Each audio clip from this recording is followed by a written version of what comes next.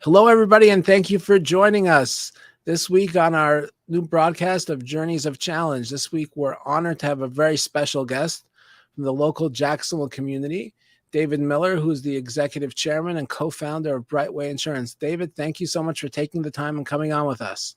Thank you so much for having me. Well, it's truly an honor. And I want to say, first of all, that our theme, Journeys of Challenge, is focusing on challenging issues in life and not just commiserating on those challenges, but trying to find the opportunities and solutions within those challenges. And one of the challenges that we find ourselves today in goes through different ebbs and flows over the years is the topic of anti-Semitism in particular, but hate in general, expressions of hate towards different groups. And unfortunately, both on the national level and here in Jacksonville, on the local level, we've experienced some of that. And everybody has a different opinion about it. People have different perspectives on it. But the reason I wanted to talk to you was for a few reasons. First of all, I wanted to wish you, as we say, a Yasher Koach or a Mazel Tov for making such a great investment in the effort against anti-Semitism and hate. I find so many times that while people may be well-meaning, there's a lot of rhetoric and talk, but what are we actually doing about it? So you and your family stepped forward and actually did something concrete and tangible to move the effort forward and educating people about, not being indifferent and educating them about the perils of anti-Semitism and hate. So just wanted to say that's so refreshing to see something being actually done in a concrete and tangible manner. So thank you so much for that. But I just wanted to ask you about that. What was it that made you and your family decide to make such a large financial contribution in this effort against anti-Semitism and hate? Well, it's something that's been on our minds. It's on the minds of so many of probably your listeners and people in the community. It has been since my childhood. Hate wasn't invented at the Florida-Georgia game, nor is it going to be solved even by this gift. But I think the timing was the piece that I think was we saw and I saw as a real opportunity. These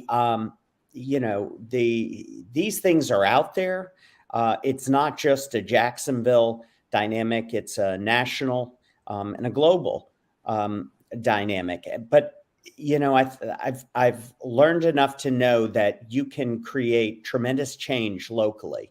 And individuals can absolutely make a difference. And so we wanted to use this opportunity to really flip some of the dialogue and the way people are talking and thinking about the issue of anti-Semitism, racism, all types of faiths, all types of races, and all types of sexual orientations. I mean, they all come from this place of who's the problem. And we reject that way of looking at the world. People aren't a part of the problem as much as they are their resources, and everyone's a part of the solution. And so, but focusing on the wrong thing is always going to get you the wrong answer. We're never going to stop hate by essentially asking the wrong question, picking a scab and hoping it's going to heal. Instead, we need to focus on the things that bring us together, our shared hopes, our shared dreams, our shared concerns, and what we can all do to be a part of solving those together. But the idea that we've got to vote some group off the island and that's going to make the rest of our lives better is a failed idea. And I think we need to address it that way. So when you see people like Kanye or others basically try to cull one group from the herd and identify them as the problem, that idea, that's where we have to say it's just a bad idea. That's the wrong way to think about it. And we're all part of the solution. We're not part of the problem. It's just not a helpful way to think about it. Yeah, very refreshing, and thank you for that. One of the fundamental ideas of faith. I think faith in general, but and Judaism. I'm only a I don't even know, I can call myself an expert in Judaism, but yeah, I think it's safe to say safe to say. you qualify. Qualified. Thank you.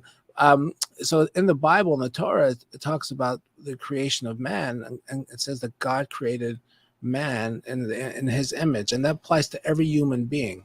Every human being, no matter their race, their religion, their sexual orientation, everybody is created in the image of God, and that's something that's a point that's lost on some of us, when there's tense situations. And I think we have to kind of go back to the basics of, person to person, and understanding that everybody is created in the image of God. And sometimes we see that. I'm just curious what your take is. Sometimes people will say, like, you're not like one of those Jews, or one of those, you're not like one of those minority people, but like you're kind of okay. And I'm just curious if you ever experienced that, or if even if not, like, what do you think is the right or appropriate thing to respond to that? Yeah. So of course I've experienced it. I don't think you can live in the South for a long period of time and not experience it. It's also interesting because, there's two sides of the coin. If I'm talking to one of my African American friends, they'll bring up the point that, look, people don't see you as different. They see us as different. The difference is that they will say things to us not realizing that, they're hateful kind of comments. They don't necessarily reason or realize that I'm Jewish, or, that because we don't look differently. So some of the overt kinds of, whether it's anti-Semitism or racism, we have a different perspective. But to me, I had this wonderful conversation with Ken Burns after we did The Gift. It was like an hour and a half conversation. And Ken he's done a number of documentaries, everything from the Civil War to most recently the United States and the Holocaust. And it was, for me personally, I've seen many different documentaries and programs and museums and different ways of communicating the gravity of the Holocaust. But I have to tell you, his documentary of the United States and the Holocaust hit me in a way that none of them had. The idea that we are in a very similar time. And he's gotten criticism because some people have seen his work as trying to make a political statement. And truthfully, it just isn't a political statement at all. It's about, and he said this many times, history does not repeat itself, but it does rhyme. And we're seeing a lot of the same things set up. And when you say, like, well, what are those things? The whole idea of us versus them. Think about that in our society. Think about it in terms of politics.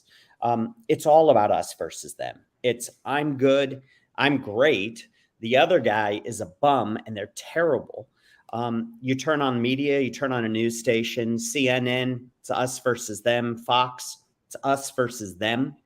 And so the whole idea that there are good guys and bad guys, that we're monolithic, it defies reason. And I think sometimes we don't even realize it's happening. And so what we can do is we need to say that, well, that's ridiculous. I'm certainly not without fault. And I'm not as good as my best day, and I'm not as bad as my worst day.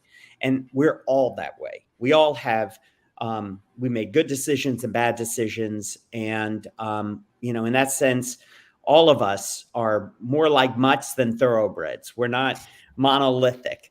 And so the focus, and as you try to point out, how we're going to be constructive. What are the strings we pull on to try to move the dialogue forward? It's, I think, not obsess about someone's worst comment or worse action, but like trying to get people to say, don't think of hate, don't think hateful thoughts, and don't say hateful things is hard. When you were a kid in school, it's like, when someone says, don't think of pink elephants, well, you can't. You're now obsessing about that. Instead, we have to get people to focus on something else. And quite frankly, focus on the right question. It's not us versus them. It's not a good guy or the bad guy. It's just us. And again, what are those shared hopes and dreams? And how can we work on that? I think that is the quintessential question. These things are real. And so there are things we can do. And as we're doing in the beginning stages of doing scans, both in our Jewish federations across the country. The United Way is doing scans in their network, as is the Community Foundation among secular groups, around what are some best practices? What are some different things we're hearing?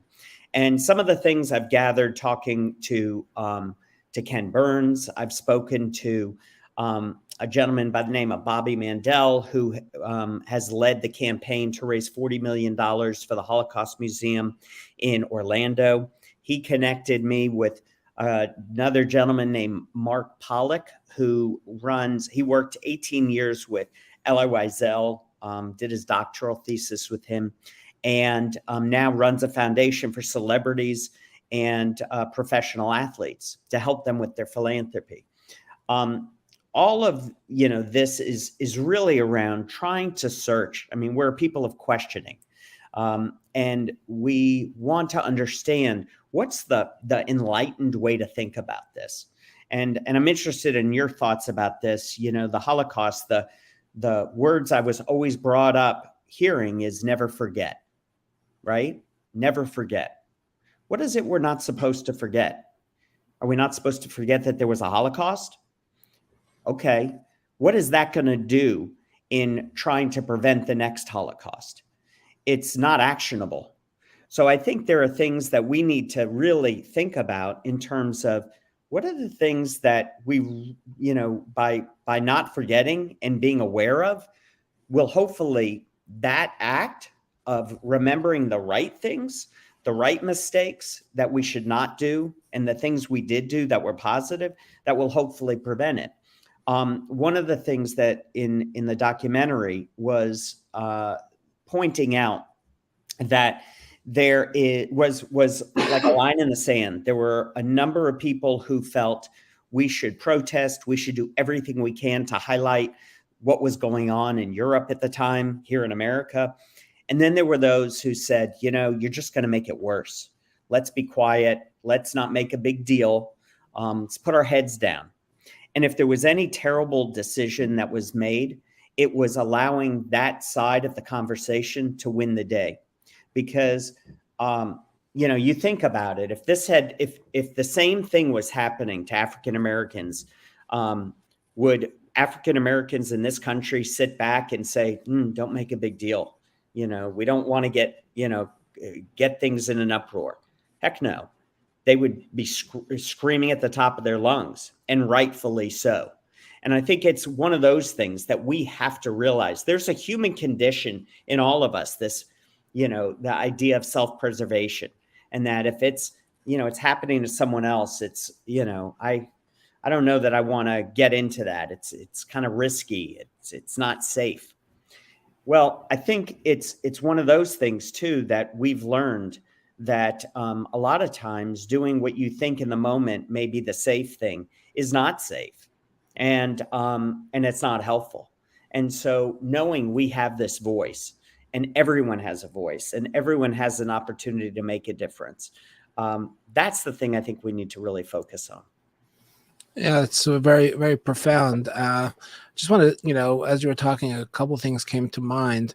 One of them actually is, it's not the reason that I have this in my background, like the globe of the world, but sometimes I think about the world, and talk about our original conversation of how connected we are, and people say, well, you're not that kind of Jew or minority, So a story comes to mind. The that I think is very profound. And it was a former mayor of New York City, Ed Koch. Ed Koch was he was actually Jewish, and while he was mayor, there was he's still alive today, a very famous Holocaust survivor. He's actually today the chief rabbi of Tel Aviv, Rabbi Israel Meir Lau, and he was 8 years old when he was liberated from Buchenwald. And today he's the chief rabbi of Tel Aviv. He was actually also the chief rabbi of Israel before he was chief rabbi of Tel Aviv. So, he's the chairman of Yad Vashem. Rabbi Lau, when President Biden was there, he greeted, President Biden on behalf of Yad Vashem. He's, probably one of the most, if not the most famous Holocaust survivor, very prolific, distinguished man. So years ago, he was in New York and he met Ed Koch and Mayor Koch, and Ed Koch was a secular Jew, said to him, I'm also a Holocaust survivor. And he felt a little awkward because Ed Koch grew up in New York, and he may have lived at the time, but he didn't live in Europe, and he didn't know what actually. So I guess Mayor Koch sensed his uncomfortableness, and he said to him, "I'll tell you a story." He goes, "Years ago, I went with a delegation of mayors to Berlin, Germany. We were and we visited a museum in Berlin, and part of the exhibit was there was an office of Adolf Hitler. They had actually Adolf Hitler's office in this museum. And there was Hitler's desk and Hitler's chair. And on Hitler's desk was a globe. There was a globe. And on each country, there was written in a marker a number. And this was Hitler himself wrote the number of Jews in every single country. Every single country, in England, how many, in France, how many Jews there were in Poland. And he also wrote how many Jews were in the United States. He wrote how many Jews, how many millions of Jews were there in the 1930s, but I don't remember the number, but he wrote how many millions of Jews in the United States. He goes, had Hitler won the war, and it wasn't such an outlandish idea. If you ask somebody in 1942, who's going to win World War II, somebody would have thought Germany, wouldn't have been a, unreasonable thing. So had Hitler won the war, defeated the Allies in the United States, there would be no Jews left today. Why should there be any Jews left? So he goes, I was in the United States, and that's why I consider myself a Holocaust survivor. Now, obviously it's a little bit of a stretch, but I think the point is that, getting back to what you're saying, sometimes we feel that should we speak up? Should we not speak up? We all need to speak up because, like the saying goes, first they came for the communists. I didn't speak up because I wasn't communist. But we all need to speak up for each other. And I think, one of the things that I thought was refreshing when I spoke to you previously, and if you can elaborate on that, is about your desire to create alliances within different minority communities.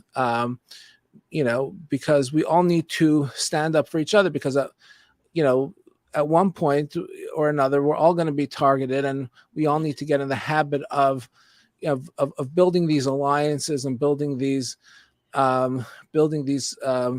coalitions so we can stand up for each other. So if you can just elaborate a little bit on that, and I would love to hear more on that. It's interesting. We tend, we have this amazing history and so many commonalities. There's a tendency for us to be very insular and to look at each other and look at the external world and say, they don't get us. We need to look out for us and just be very focused on that, knowing that probably if we don't look out for us, no one else will, that mindset. And growing up in Jacksonville, that was something that I, was really a product of and saw.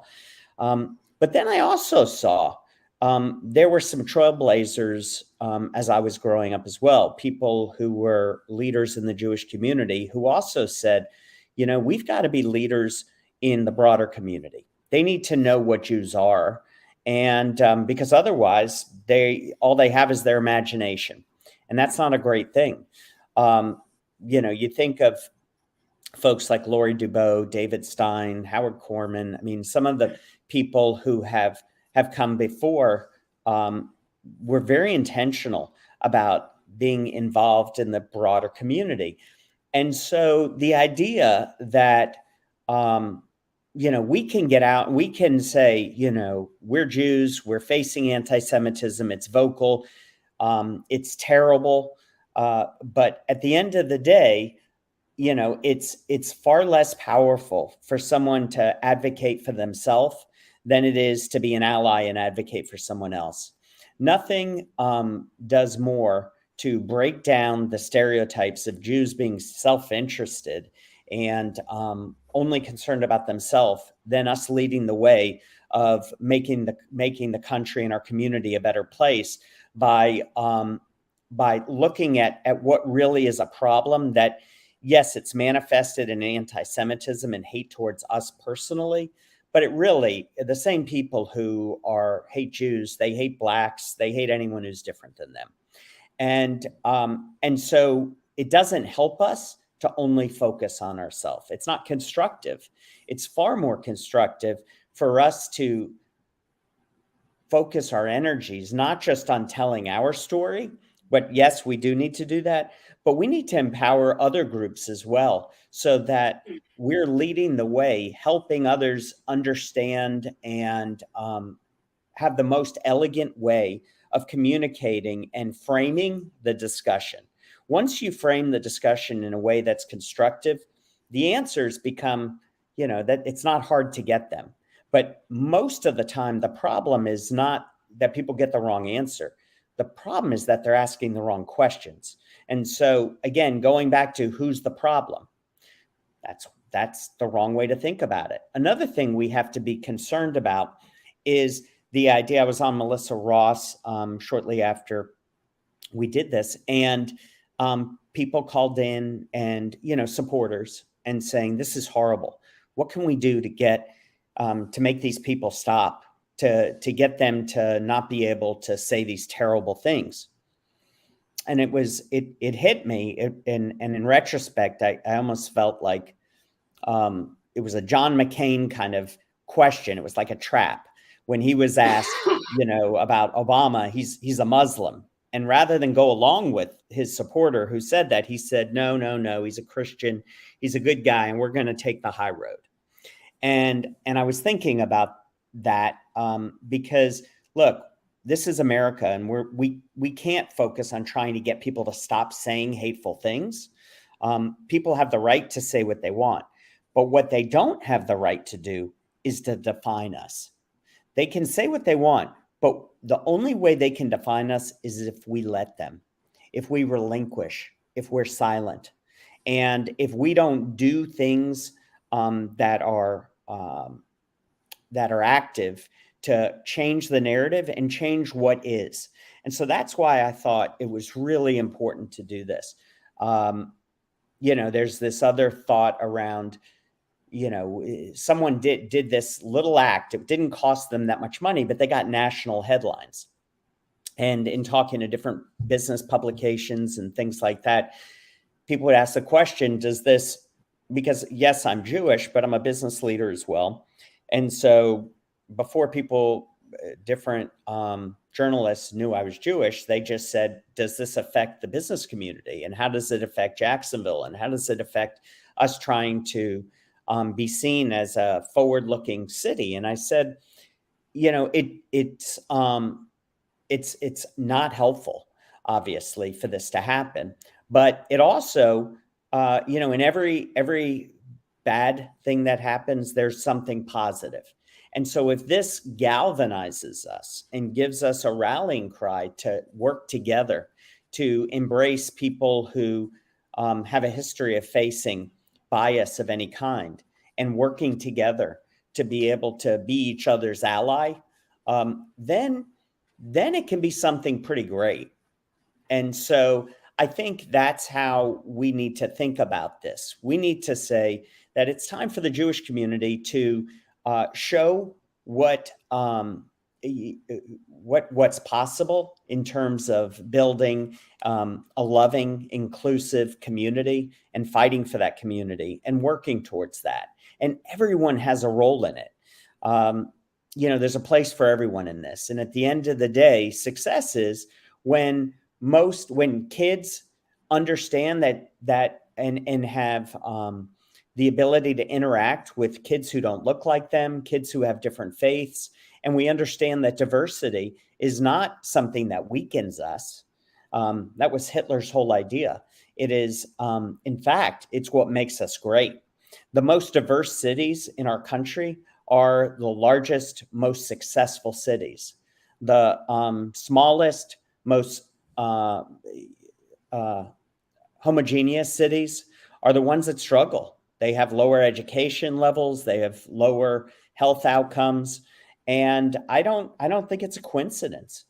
So I think we have to understand that diversity is our secret power. It's our strength. And the different perspectives that we all provide is one of the things that really makes us, it's the key to our future. And it's the key to all of us reaching our individual potential and as a community reaching our collective potential as well. Yeah, no doubt. And I just want to share an anecdote to that here in Jacksonville with our synagogue. May remember about a decade ago, unfortunately, we had a tragedy where a community member was walking to synagogue on Yom Kippur, and unfortunately, she was killed by a motorist.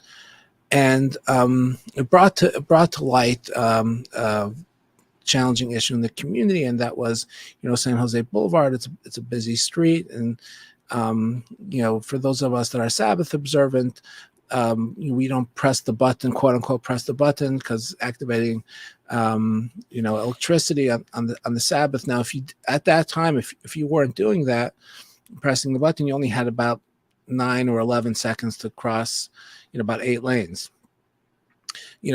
Thank God we worked with the Florida Department of Transportation, and we actually came up, made several trips to Tallahassee. We came up with this model where they installed centers that were Sabbath compliant, so to speak. But until that time, there was like several weeks and months. This is a refreshing story that goes to your theme about standing up for each other. There were a couple of local churches that had rotations from their church of church members that came on Friday night and Saturday morning to press the button for us. And every single week we had, and there was actually a couple Muslims that came as well. And they said, we know you can't press the button, but we want to be here for you. And I thought that was like Jacksonville at its finest. Were you going to see this on the news? No, you weren't going to see this on the news. This is not going to get national headlines. This is unsolicited.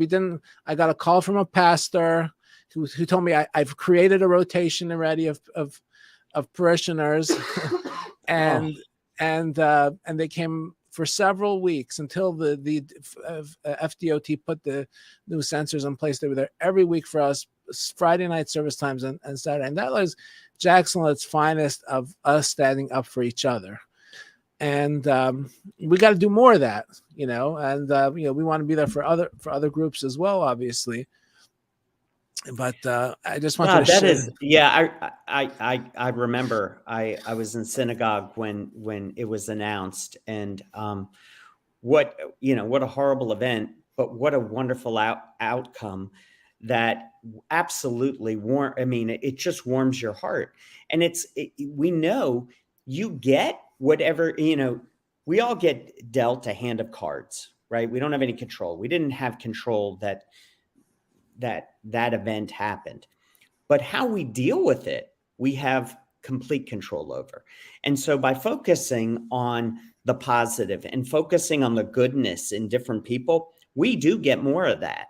It's kind of, you get more of whatever you're focusing on. If you're focusing on problems, you're going to identify all kinds of nuances to all of your problems. And not that you should ignore them, but you never lose sight of what the opportunity is. And let's focus on our strengths. Let's build on those strengths. And I have to tell you, I've been overwhelmed. it was a question when we decided to do the gift. It was $1 million gift. Do we do it just as a gift and leave it as that? Or do we create a challenge, a community challenge? There's risk with that. It's like, if you throw a party and no one shows up, that's not good. And so, there was concern, but we said, we talked about it and said, no, we're going to do it as a challenge.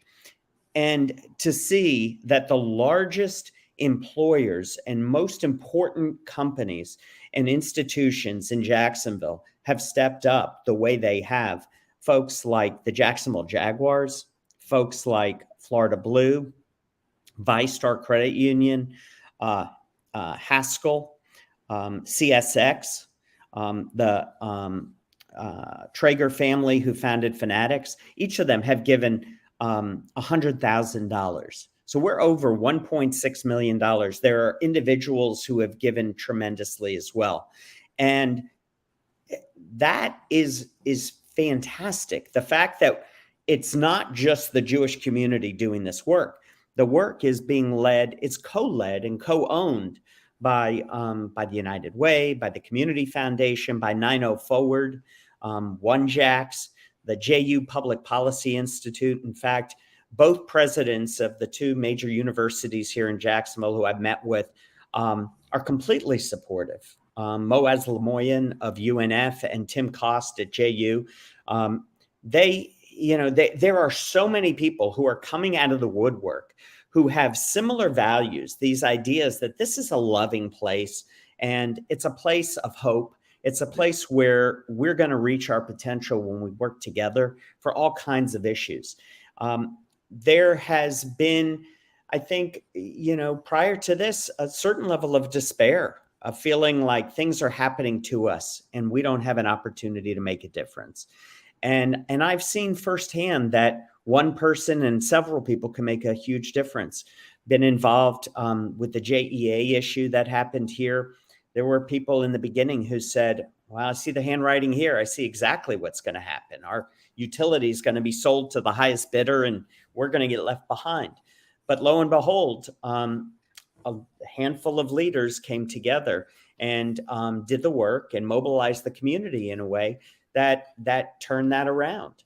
And there have been other examples of that, us on positive things, working to get community money to build the Emerald Trail, which is going to be a generational kind of improvement for Jacksonville that's going to bring communities together, communities that have been historically underinvested and connect them with communities that are doing much better. So Springfield and East Side being connected with San Marco, Riverside, Avondale, the Urban Core, the Riverwalk, and that idea of now businesses being able to invest and increase our tax base while we get to enjoy some of our best and most important natural resources together. I mean, it's a win-win-win all the way across the board. And so the more we focus on building capacity and connectivity, and we realize that that's an actual muscle. And if we don't use it and if we don't collaborate, it gets weaker and we become susceptible to these kind of things.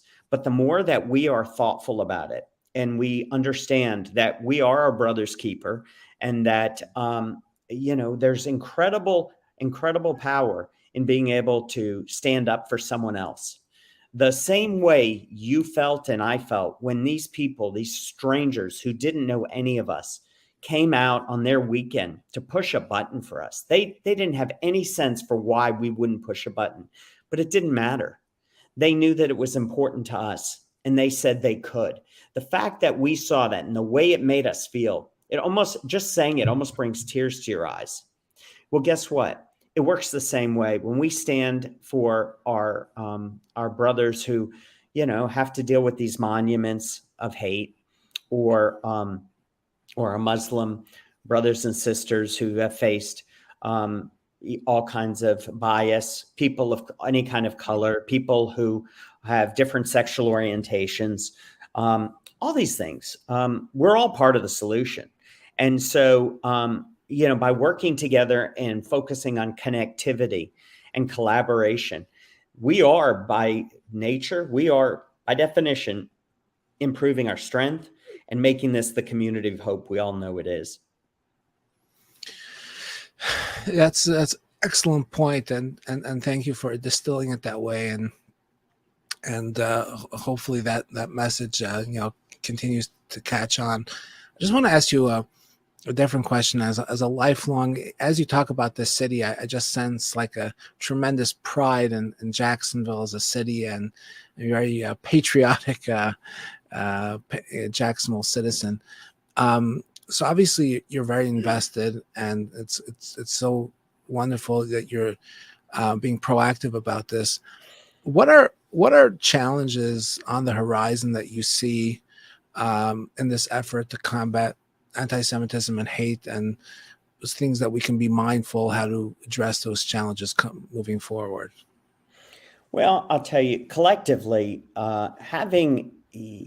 many people, if you say Jacksonville, they say potential on a positive way, right? They say we're a city, gosh, we have all this potential. And to me, I don't want to be known as the city with potential, unrealized potential. I don't want to be the brilliant kid who gets C's. I want to be the city that ends up batting way beyond our, hitting way beyond our weight class. And so when we think of it, we're like an adolescent city. We're not a young city, and we haven't arrived yet. And so much of that has to do with what we accept and what we don't accept. Many people think people are successful because of the things they say yes to or the things they do. I believe that it's much more important the things that you say no to and the things that you draw a line, because that speaks to your values. One example was, do you remember the Lot J discussion? And there was an initial attempt at that time by the Jaguars and the administration to have put forward a deal that really wasn't a win-win deal. And the way they were going about it was particularly flawed. It was it was not talked about. There was not community conversations. There wasn't even transparency in the deal. In fact, it was designed to not be transparent. And so when I had discussions with other people, because there was a real debate, same kind of debate as we faced, when we were dealing with the Holocaust, where well-intentioned, very bright people came out on both sides of the issue. There were those that said, look, if we don't do this, we're going to lose the Jaguars.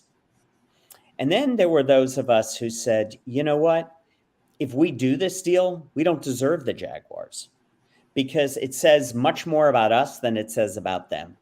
If we're willing to do a deal that is not transparent, and we're willing to act in a way that doesn't uphold standards of integrity and what we expect from anyone that we're looking to partner with, then shame on us.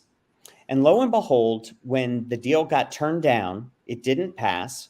The Jaguars didn't leave. Instead, when I met with Mark Lamping afterwards, we had a wonderful conversation. It was tense in the beginning.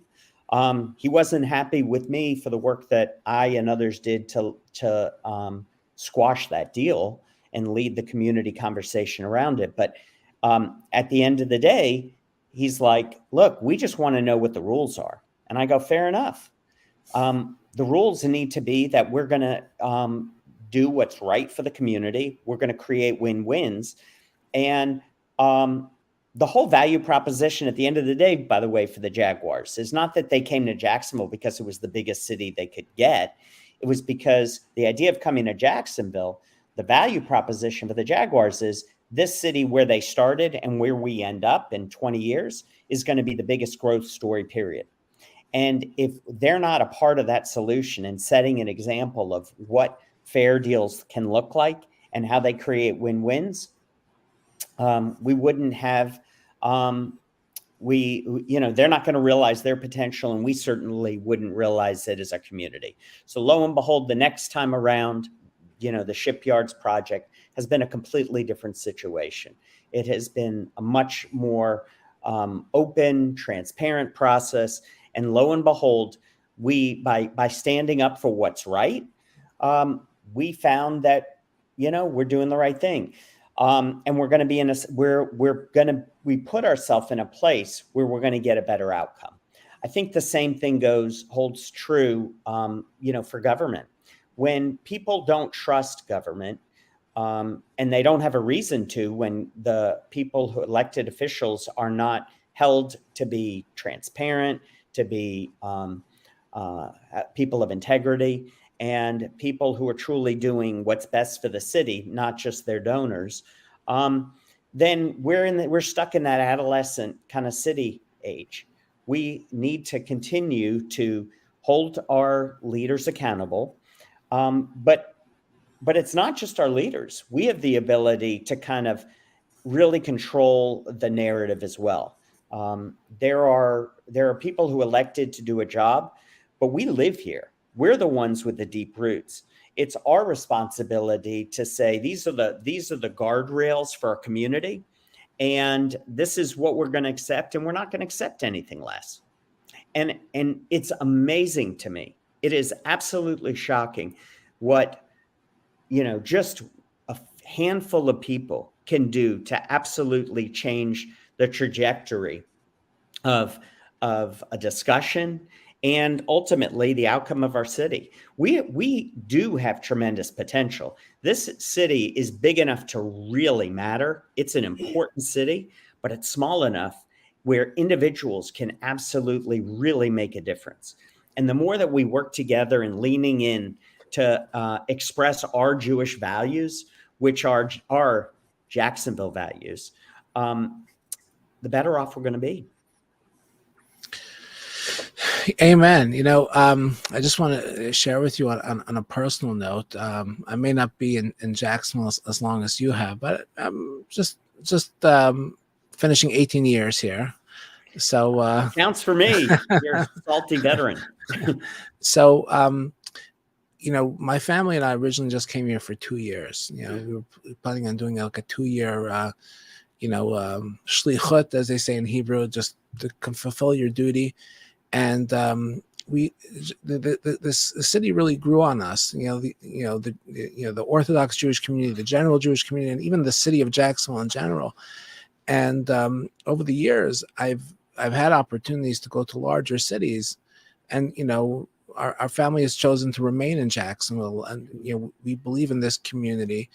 And there are these voices, outliers, who project and broadcast these messages of hate. But I think, and tell me what you think, but I think it's our job to educate the public as much as not to be indifferent about it, and not to, like you say, not to let that define us, because this is a great city, and those they're really just outliers, and we have to educate the public, as Elie Wiesel said, that the opposite of hate is not love, it's indifference.